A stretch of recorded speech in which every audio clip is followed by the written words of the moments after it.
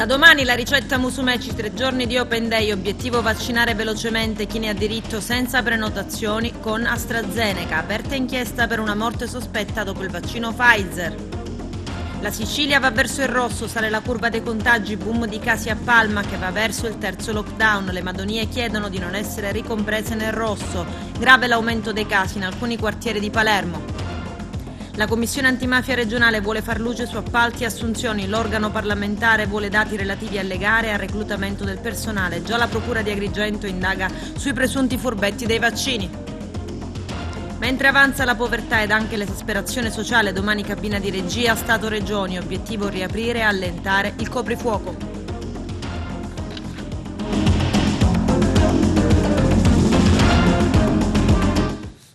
Bentrovati gentili telespettatori al nostro appuntamento con l'informazione. Parte da domani la strategia di Musumeci per far decollare AstraZeneca per 3 giorni, vaccini senza prenotazione, un open day per chi rientra nel target a partire da 60 anni. Il nostro direttore Arturo Cantella.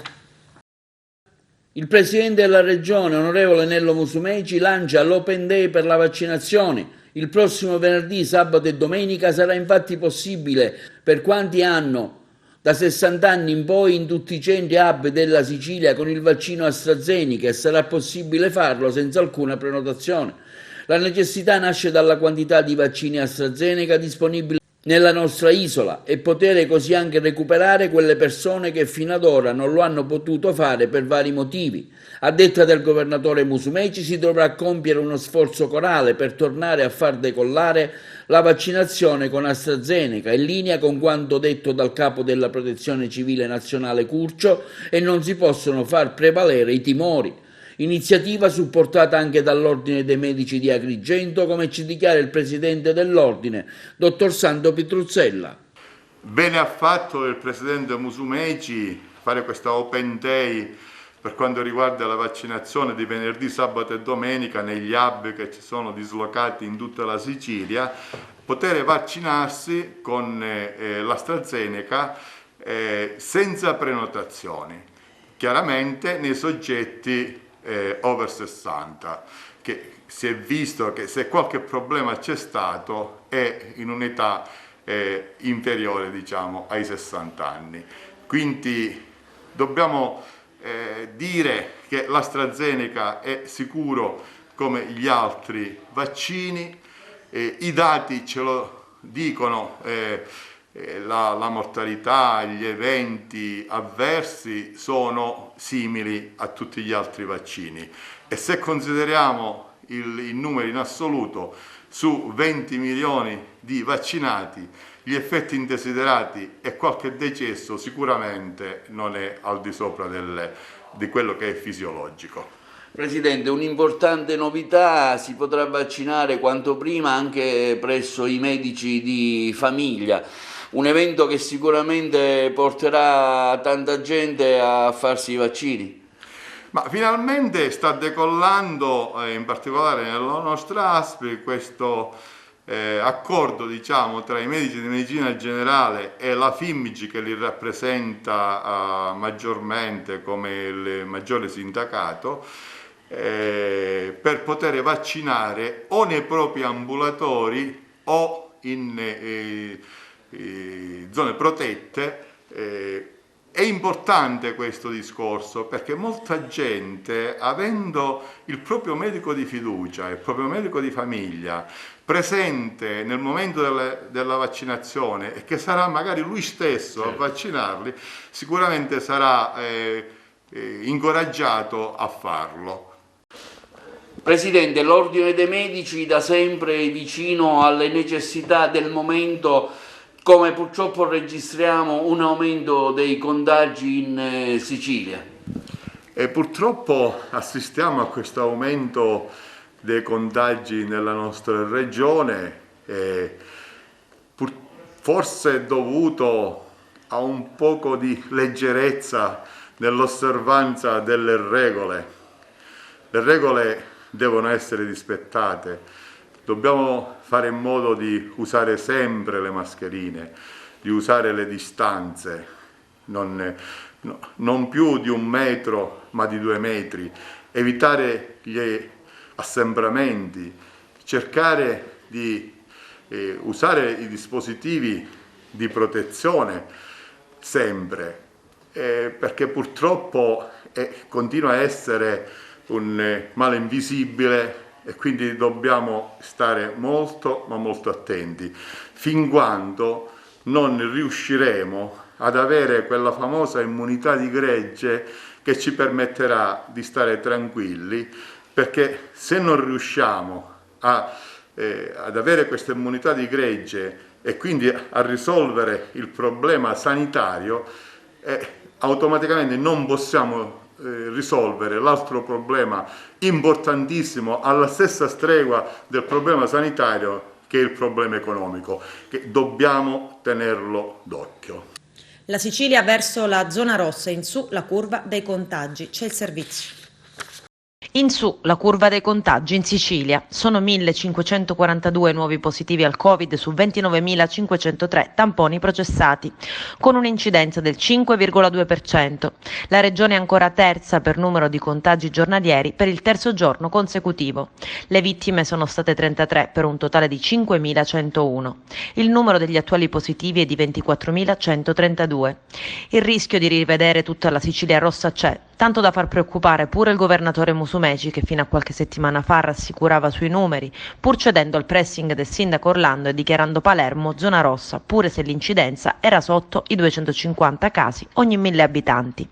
Si attende per domani il report nazionale che delinea la mappa dei colori delle regioni. E intanto il governatore della Sicilia, Nello Musumeci, ha istituito con propria ordinanza 4 nuove zone rosse e ne ha prorogate altre 8. Le zone rosse in vigore da domani venerdì 16 aprile fino a martedì 28 aprile riguardano Catenanuova e Cerami in provincia di Enna, Mussomeli nel Nisseno e Sant'Alfio in provincia di Catania. Invece le proroghe da domani e fino a giovedì 22 aprile sono state adottate su richiesta dei sindaci per Caltanissetta, Biancavilla in provincia di Catania, Centuripe, Pietraperzia, Galbuto nell'Ennese, Francavilla di Sicilia in provincia di Messina, Lampedusa e Linosa nell'Agrigentino e Mazzarino nel Nisseno. E boom di contagio a Palma di Montechiaro, che sembra andare a grandi passi verso la terza proroga della zona rossa anti-Covid. Invece da oggi torna in arancione Porto Empedocle. Da domani la cabina di regia del governo, il confronto si sposta sulla gradualità del ritiro delle restrizioni. Le regioni si dicono pronte a riaprire progressivamente le attività nei prossimi 2 mesi. Lello Casesa. Confermata per venerdì la cabina di regia del governo Draghi per la discussione sulle aperture previste a maggio. Tutto dipenderà dai contagi, dal piano vaccinale e dalla capacità di organizzare la ripartenza. Deciso un ulteriore scostamento di bilancio ed un provvedimento per le attività economiche a favore dei bar, ristoranti, palestre ed il settore del turismo. Novità anche in arrivo per gli stadi e molto probabilmente per i teatri, come dichiarato dal Ministro della Cultura Dario Franceschini. Le regioni sono pronte a riaprire le attività nei prossimi 2 mesi, prevedendo la riapertura delle attività economiche, produttive e ricreative. Il governo discute anche sulla possibilità di aprire le scuole per le vacanze, per assicurare attività ricreative e culturali agli alunni al servizio del territorio e su base volontaria, attraverso un'offerta formativa specifica diversa per ogni territorio. Spero che questa iniziativa possa essere accolta dalle famiglie, come dichiara il presidente dell'Associazione Nazionale Presidi Antonello Giannelli.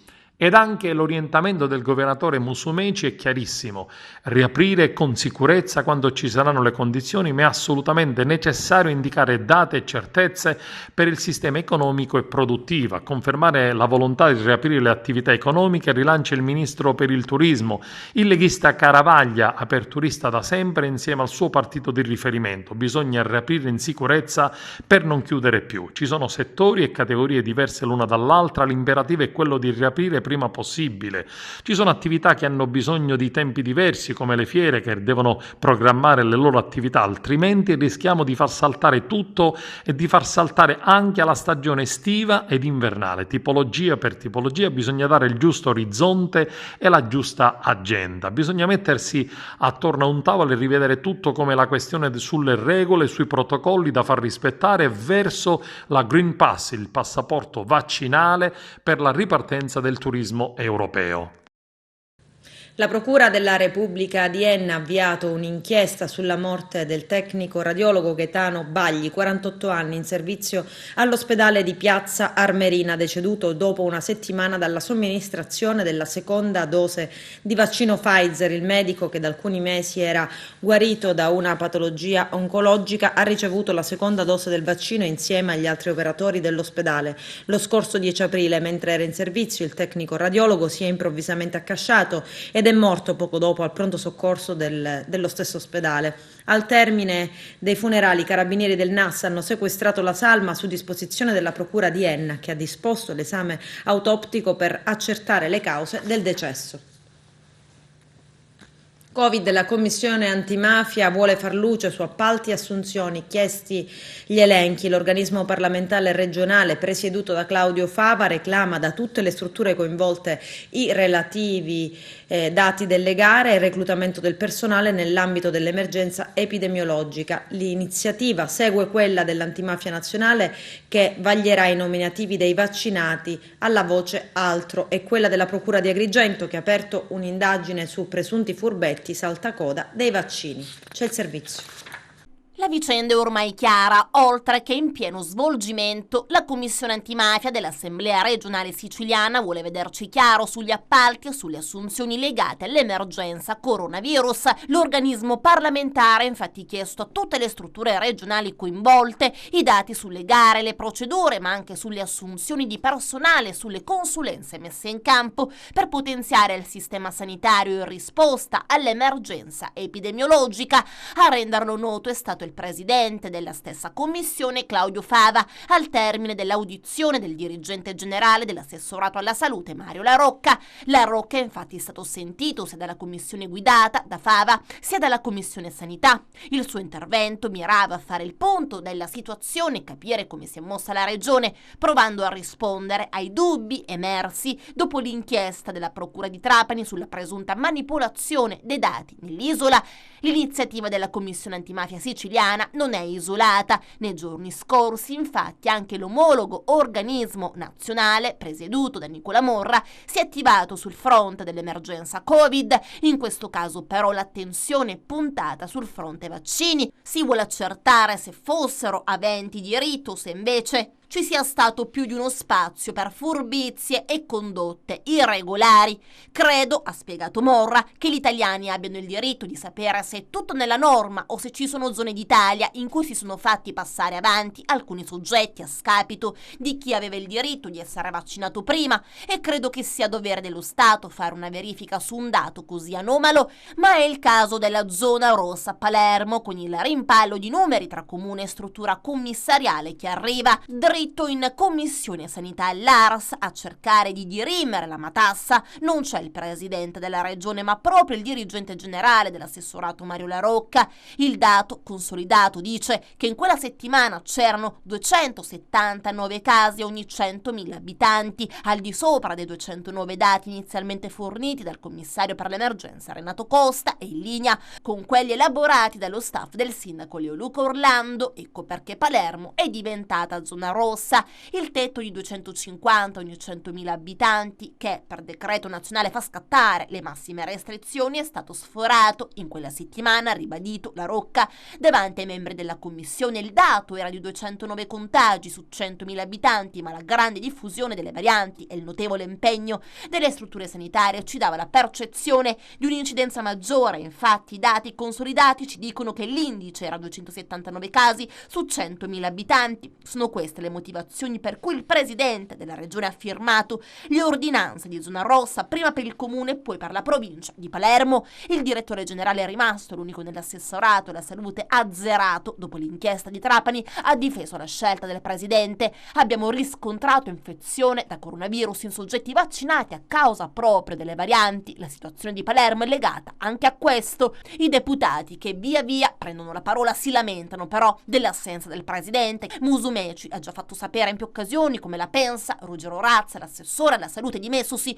dopo l'avviso di garanzia, è scivolato su una frase sbagliata che va condannata senza dubbio alcuno, ma l'operato è un'altra cosa. Non si può non tenere conto di quello che aveva fatto fino a quel momento e non si doveva imbastire una odiosa campagna mediatica di forcaioli giacobini. E a chi gli chiede quanto terrà l'interim dell'assessorato alla sanità risponde che non è certamente una questione di giorni, i dati ci confermano la bontà delle scelte del governo regionale.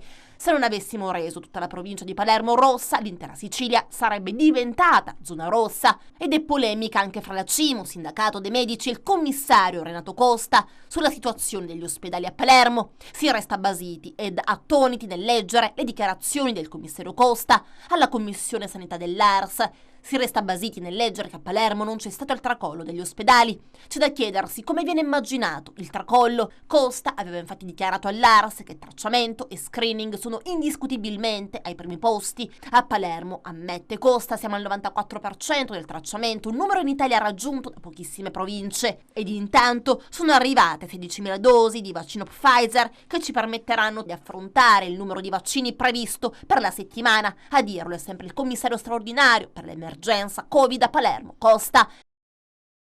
I sindaci dell'Unione delle Madonie contro la zona rossa in tutta la provincia di Palermo. I nostri territori sono Covid-free, commentano. Cresce invece in modo esponenziale il contagio in alcuni quartieri del capoluogo, Zen, Sperone, Brancaccio. Ci sono i servizi. I sindaci dell'Unione delle Madonie chiedono al presidente Musumeci di rivedere l'ordinanza con la quale è stata istituita la zona rossa in tutta la provincia di Palermo. La richiesta dei primi cittadini è contenuta in una missiva che il presidente dell'Unione Pietro Macaluso ha inviato al presidente della regione siciliana, dettata dal fatto che numerosi comuni del territorio palermitano sono addirittura Covid-free e altri presentano pochi casi. Pur consapevoli che la scelta del presidente Musumeci è stata adeguatamente supportata ad evidenze tecnico-scientifiche, scrive il presidente Macaluso, dal momento che come sindaci siamo quotidianamente chiamati a fornire risposte alle tante domande che ci provengono soprattutto dagli esercenti le attività produttive. Sfiancati da lunghi mesi di inattività e da un preoccupante calo di fatturato, chiediamo al Presidente per il futuro un maggiore coinvolgimento e una più proficua condivisione delle scelte da intraprendere nel rispetto dei ruoli e delle funzioni svolte. Considerata quindi la situazione reale che vivono i paesi delle Madonie, i sindaci, nel rispetto dei parametri previsti dalla norma, auspicano la revisione delle ordinanze in funzione della curva epidemiologica di ogni comune per evitare chiusure generalizzate e diffuse che inducono alla delusione anche in considerazione dei sacrifici fatti da tutti. Nella missiva i primi cittadini fanno riferimento anche alla vaccinazione, definendola unica e sola soluzione all'emergenza pandemica e alle difficoltà riscontrate dalla macchina organizzativa del sistema sanitario nelle aree interne che hanno determinato ritardi nei confronti di pazienti allettati e categorie fragili e una differente capacità di intervento tra i vari distretti sanitari. I sindaci fanno quindi appello al presidente Musumeci affinché possa imprimere una decisa accelerazione delle vaccinazioni in tutto il territorio e con incondizionato spirito propositivo e costruttivo offrono la loro incondizionata disponibilità ad assicurare il massimo supporto logistico, anche mettendo a disposizione immobili comunali e organizzativi per favorire la crescita esponenziale del numero di vaccinazioni. I contagi si stanno sviluppando maggiormente nella periferia di Palermo. Questo perché è dovuto? Non è facile dare una risposta. Molto verosimilmente è dovuto al fatto che in periferia magari più persone hanno avuto comportamenti meno responsabili. Non c'è altra spiegazione in realtà. Cosa succederà quest'estate? Ma ora col caldo l'abbiamo visto, in realtà l'abbiamo sempre detto, il caldo non è che il caldo di per sé riesce a inattivare il virus, ci vorrebbero 56 gradi per 15 minuti, quindi temperature non compatibili con la vita umana. Però noi sappiamo che con l'avvento dell'estate aumenta l'irradiazione solare, i raggi ultravioletti uccidono il virus, quindi diciamo io nei prossimi mesi io tendenzialmente sarà un mio difetto, ma sono ottimista, ritengo che i casi si ridurranno e si ridurranno notevolmente quest'estate. E tiene banco la vicenda che riguarda il far diventare le isole minori Covid-free. Vediamo. È un atteggiamento inaccettabile, quello del Presidente dell'Emilia Romagna Bonaccini, di Zaia in Veneto, del Presidente della Liguria Toti. Non conoscono che vuol dire il significato della parola insularità. Noi non vogliamo mettere in sicurezza le nostre popolazioni solo per ragioni turistiche ed economiche, ma perché l'insularità è una condizione particolare, perché nelle nostre isole, penso a Favignana, Levanzo e Marettimo, ma potrei parlare delle Eolie, di Lampedusa, di Linosa, di Pantelleria, non abbiamo presidi ospedalieri, basta pensare che a Favignana c'è solo la guardia medica, a Marettimo c'è solo un medico, a Levanzo solo un medico, in nessuna di queste due isole c'è un infermiere. Gli spostamenti in casi di emergenza avvengono solo con l'elisoccorso e attraverso l'eliporto. Quindi di cosa parlano in Emilia Romagna? Di cosa parla il sindaco di Rimini? La nostra condizione sarebbe uguale alla sua? Noi non siamo in competizione né con Rimini né Riccione, il nostro turismo è diverso. E nelle nostre isole si vive di un'economia legata esclusivamente al turismo solo per pochi mesi all'anno e il resto è sopravvivenza grazie a questa economia. Quindi mettere in sicurezza le nostre popolazioni e offrire sicurezza a chi decide di venire nelle nostre isole è una scelta razionale di giustizia, di eguaglianza di opportunità, perché il diritto alla salute nelle piccole isole non è lo stesso del diritto alla salute nella terraferma e nelle regioni del nord dove c'è la sanità più ricca e più costosa dell'intero paese. Vaccinare le popolazioni delle piccole isole vuol dire anche razionalizzare dal punto di vista organizzativo la vaccinazione. Qui venire a Scaglioni vuol dire portare a Scaglioni varie volte gli staff, l'equipe dell'ASP di Trapani, vuol dire organizzare le celle frigorifere per i vaccini, vuol dire organizzare locali che non sono locali, come dire, indirizzati all'assistenza sanitaria e vuol dire ripetere questo meccanismo nei vari scaglioni, attaccare questo. E mi dispiace che lo faccia il Presidente della Conferenza Stato-Regioni, cioè Bonaccini, vuol dire non conoscere il territorio italiano. Senza nessuna ipocrisia, credo che si possa sostenere che certamente le isole Covid-free, e io non parlo soltanto delle mie, penso che questo debba valere per tutte le isole minori italiane, quelle siciliane in modo particolare, è un'opportunità di sopravvivenza, ma non va interpretato come un favoritismo. Semmai mette alla pari questi territori con i loro veri concorrenti, perché ormai è sotto gli occhi di tutti, da mesi, i nostri veri concorrenti, che sono per esempio le isole greche o destinazioni simili a queste, veicolano un messaggio di un territorio sicuro che consente quindi una proposizione per la prossima stagione turistica. Nel mio caso più unico che raro, che è un comune che amministra 6 isole, vorrei ricordare che in tutte queste isole, escluso la più grande, non c'è neanche l'ospedale. Di conseguenza, quando c'è un positivo, sintomatico, che deve essere trasferito, non può andare con la prima ambulanza che lo raggiunge al primo ospedale. Di conseguenza, creare delle condizioni di sicurezza non è un favoritismo. Non ci possiamo permettere l'incertezza dell'ennesima stagione turistica nella quale chiediamo ai nostri imprenditori di investire, di lavorare, di assumere, di mantenere la distribuzione del reddito senza avere nessuna certezza. Di conseguenza, una campagna vaccinale motivata da motivi sanitari è indispensabile anche a mantenere una prospettiva rispetto al futuro che per noi è assolutamente vitale. Le isole minori italiane, le siciliane, parliamo delle siciliane, in termini di posto letto non sono certamente il concorrente di nessuna grande località come Rimini o giù di lì, insomma, voglio dire, rispetto al numero di posti letti che abbiamo noi. Gli osservatori Caritas, in linea con le recenti stime preliminari Istat, confermata una netta crescita della povertà assoluta. Lello Casesa.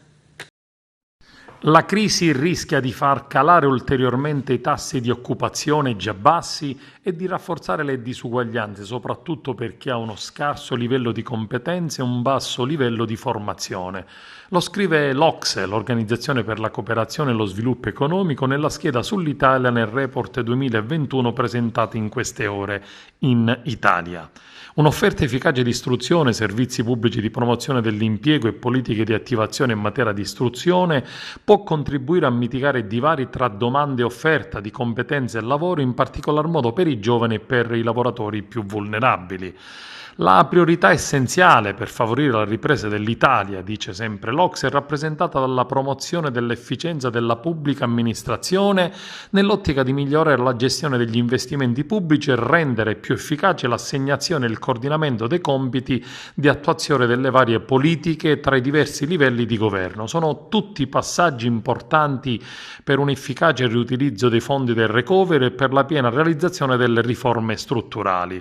Per favorire produttività e innovazione, scrive sempre l'OCSE, suggerisce di rimuovere i vincoli per favorire l'installazione più rapida di infrastrutture per le telecomunicazioni e sensibilizzare i manager e accrescere il loro livello di competenze e favorire in questo modo la diffusione delle tecnologie, l'innovazione e un miglior utilizzo del personale. I ristori di cui si è parlato ancora non sono arrivati, in particolar modo per noi, insomma, per chi non ha avuto una perdita di almeno il 30%, non avrà niente, quindi questo è il nostro caso. Da un anno ovviamente le spese rimangono invariate, se non qualche costo, insomma, di cassa integrazione o qualche costo diciamo che non è influente alla fine dell'anno alla cassa dell'azienda. Il discorso è che comunque tutte queste chiusure, tutti questi mancati incassi ovviamente alla fine del bilancio non riescono a pareggiare, cioè gli incassi non riescono a pareggiare neanche le spese. Di conseguenza la situazione diventa molto difficile per tutti i commercianti. Secondo me noi potremmo riaprire in totale sicurezza perché siamo gli unici a garantire appunto sicurezza tramite mascherine, igienizzazione e quant'altro. Quindi quello che mi aspetto io è che si possa quantomeno a fine estate ripartire. Sono fiducioso per la ripartenza perché credo che la ripartenza ci sarà un bel boom sia economico sia ovviamente anche mentale, perché essendo chiusi da più di un anno sia l'economia, quindi le tasche, sia mentalmente e psicologicamente siamo tutti un po' abbattuti. Quindi mi auguro che ci sia sì a fine estate una ripresa. Il problema non sono i ristori, che non basterebbero mai nella quantità con la quale vengono erogati a soddisfare le nostre esigenze. Il problema vero è che se non ripartiamo e ripartiamo tutti quanti insieme e quindi migriamo a una zona che abbandoni i colori forti e si vada attenuando verso il bianco definitivo, non ne veniamo fuori, perché è chiaro che il meccanismo ormai si è inceppato. Nel nostro specifico settore, essendosi fermati i ricevimenti, i matrimoni, le feste, la convivialità, non c'è motivo per cui la gente debba consumare articoli, diciamo, voluttuari, cosiddetti voluttuari, per cui funzionano solo servizi e beni essenziali. Io credo che una proposta di buonsenso sia di riaprire tecnicamente con giudizio, come si sta facendo in altre nazioni del mondo, perché il problema è solo lì. Se non riparte l'economia globalmente, tutti quanti insieme, non riusciremo mai né a ristorare né a salvare attività, aziende, posti di lavoro, quindi un'economia che crolla e quindi poi i costi, non solo quelli sanitari, saranno ben più gravi. Noi stiamo ipoteticamente pensando di poter riaprire a maggio, se ci fanno aprire, o fare qualcosa d'estate, ma abbiamo bisogno dei titoli, senza i quali non c'è il pubblico. Quanto avete perso fino a questo momento? Avete quantificato? Sì, noi il 100%, perché siamo stati la prima categoria colpita, noi e i teatri, e quindi chiaramente siamo completamente scoperti da tutto, anche perché a Messina come Apollo avevamo fatto degli investimenti, perché comunque eravamo diventati una bella realtà, quasi l'unica, che poi dovevano essere rispettati, ma chiaramente chi si immaginava una terza guerra mondiale di questo genere. È salva la gamba del ragazzino di 13 anni investito martedì scorso da un'automobile in sella alla sua bicicletta all'interno di una galleria in territorio di Palma di Montechiaro. Dopo l'incidente il 13enne è stato trasportato in elisoccorso all'ospedale Sant'Elia di Caltanissetta, ha rischiato l'amputazione di una gamba, poi però i medici lo hanno sottoposto a un delicato intervento chirurgico e hanno recuperato la funzionalità dell'arto. Adesso sarà necessaria la riabilitazione, ma il peggio è scampato. Adesso c'è la pubblicità, a tra poco, vi aspetto. Ad Agrigento saranno istituite 2 nuove fermate ferroviarie a San Michele e a Fontanelle, lungo il percorso Palermo-Agrigento. Il servizio di Arturo Cantella. Saranno realizzate le fermate di San Michele e Fontanelle lungo la linea ferroviaria Palermo-Agrigento. Accolta la richiesta avanzata dal sindaco della città Francesco Miccichè, il progetto rientra nell'ambito del processo di riprogrammazione delle risorse già certificate a valere sul programma operativo FESR Regione Siciliana 2014-2020 per la realizzazione dell'operazione relativa al raddoppio ferroviario Palermo-Carini, tratta Bino-Tarbartolo e la Malfa. Dopo la stipula della convenzione con Reti Ferroviarie Italiane e gli incontri tecnici, l'assessorato infrastrutture e mobilità dell'Unione Europea ha concordato di destinare una quota delle risorse per la realizzazione delle 2 nuove fermate ad Agrigento nei quartieri di San Michele e Fontanelle lungo la linea ferroviaria Palermo-Agrigento, così come peraltro auspicato recentemente dal sindaco del comune di Agrigento.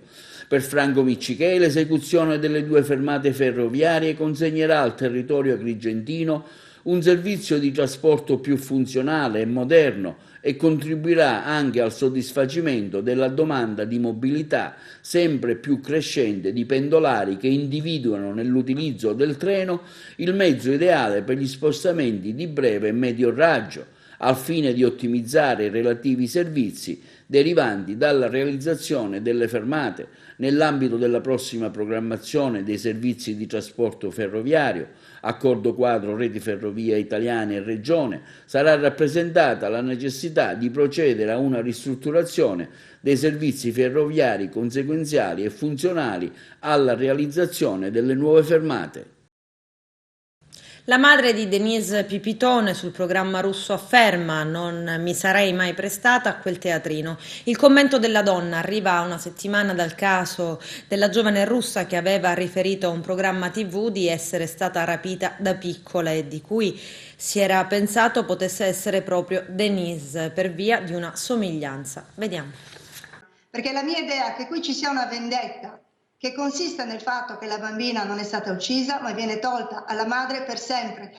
Dopo le parole della P. Mangioni è ormai chiaro, ci sono persone che ci hanno messo anima e cuore per far sì che Denise tornasse a casa, altri incompetenti ed altri che invece di aiutare non hanno favorito le indagini. Sono queste le parole cariche di amarezza di mamma Piera, che mai ha smesso di cercare la sua piccola, oggi 20enne, Denise Pipitone.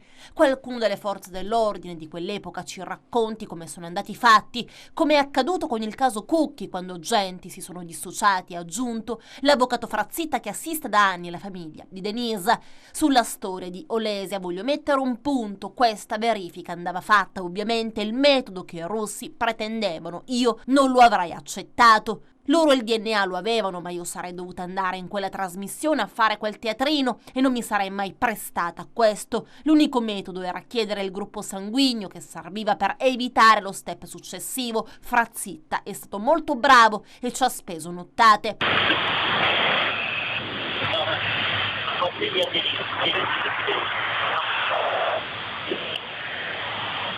Evidentemente questo fu un elemento ad esclusione diretto a confermare che Denise di cui si parlava in quell'occasione era Denise Pipitone senza ombra di dubbio. Avviene attorno alla microspia che era stata posta nel motorino della persona indagata, che era localizzato, posteggiato in realtà al proprio domicilio. Il domicilio era il domicilio dove viveva l'allora indagata minorenne è la madre. Il commento della donna arriva ad una settimana dal caso di Olesia Rostova, poi i test rivelati in una discussa diretta della TV russa avevano escluso qualsiasi legame familiare, nonché le dichiarazioni dello stesso conduttore russo che metterebbe in discussione la credibilità di Olesia, la quale starebbe cercando solo fama. A me interessava sapere solo se la ragazza russa era mia figlia, solo dopo abbiamo messo tutto in mano alla procura. Se poi questa ragazza ha voluto sfruttare la situazione a noi non interessa, continua ancora mamma Piera. E poi il suo appello affinché i riflettori oggi fortemente ripuntati su Denisa rimangano sempre accesi. Le parole di Piera Maggio arrivano dopo giorni intensi per lei e per tutta la famiglia della piccola Denisa Pipitone. La stessa Piera Maggio attraverso i social ha lanciato diversi appelli. Quello che sta succedendo in questi giorni mai come in questo momento è forte ed è sentito. Noi non molliamo, vogliamo la verità, vogliamo la giustizia, ma soprattutto non ho mai perso la speranza di riabbracciare Denisa che sempre vive con noi. In questi giorni, ha ancora detto Piera Maggio, sono più rincuorata perché per bocca di un PM che ha indagato sul caso Denisa sin dal primo momento sono emerse quelle incongruenze e anomalie che io ho sempre gridato in questi anni, perché non si dica che tutti sono stati coloro che hanno depositato o non hanno aiutato. La cerimonia di beatificazione di Rosario Livatino si svolgerà domenica 9 maggio, in coincidenza con la data della visita di Papa Giovanni Paolo II ad Agrigento nel 1993. In cattedrale alle ore 10 sarà celebrata una messa presieduta dal cardinale Marcello Semeraro, prefetto della Congregazione delle Cause dei Santi. La celebrazione si svolgerà nel rispetto delle misure per il contrasto e il contenimento della pandemia. L'ingresso in cattedrale sarà pertanto riservata una rappresentanza di vescovi, presbiteri, religiosi, autorità familiari e fedeli che disporranno di apposito pass. La celebrazione sarà trasmessa in diretta su Rai 1. La Dea bendata bacia l'Agrigentino, il Superenalotto fa tappa in Sicilia. Il 13 aprile un giocatore è riuscito a centrare un 5 del valore di circa 25.000 euro. La vincita è stata convalidata alla tabaccheria di Largo Aosta 16 a Canicattì. Siamo allo sport, continua la preparazione dell'Acragas in vista del big match di domenica prossima 18 aprile contro la San Cataldese e la seconda giornata del nuovo campionato di eccellenza Girone A. Carmelo Lentini. La prima sfida dell'Esnero tra Acragas e Folgore ha lasciato scondendo il padrone di casa che dopo un calciomercato sfavillante delle ultime settimane ha rischiato di perdere contro un avversario rattoppato che si era allenato da appena 8 giorni. È stato evidente notare che a parecchi calciatori è mancato il ritmo partita e si è visto anche chiaramente padrone di casa imbambolati, forse frenati dal carico di lavoro svolto da alcune settimane a questa parte, ma ciò non ha impedito di vedere qualche buona individualità come quella dell'argentino Spinelli. Per il resto tutti da rimandare, compresi i vecchi calciatori. Il tecnico Francesco Di Gaetano, che intanto ha fatto riprendere la preparazione da alcuni giorni, ha un diavolo per capello e la settimana appena iniziata, che precede la temibile trasferta del Valentino Mazzola, deve infondere al gruppo la serenità giusta per raggiungere la forma fisica agognata. Per la trasferta del Valentino Mazzola contro la San Cataldese del tecnico Alessandro Settineri, il trainer biancazzurro dovrà fare a meno del difensore Baio squalificato. Fortunatamente la rosa a disposizione di Francesco Di Gaetano è abbastanza ampia e potrà contare su diversi elementi. Da ricordare che ultimamente la San Cataldese, che ha formato una rosa di tutto rispetto, ha ingaggiato un ex biancazzurro proveniente dal Casteltermini. Si tratta di quella vecchia volpe di Stefano di Piazza che scalpita per trovare un posto fisso da titolare in prima squadra.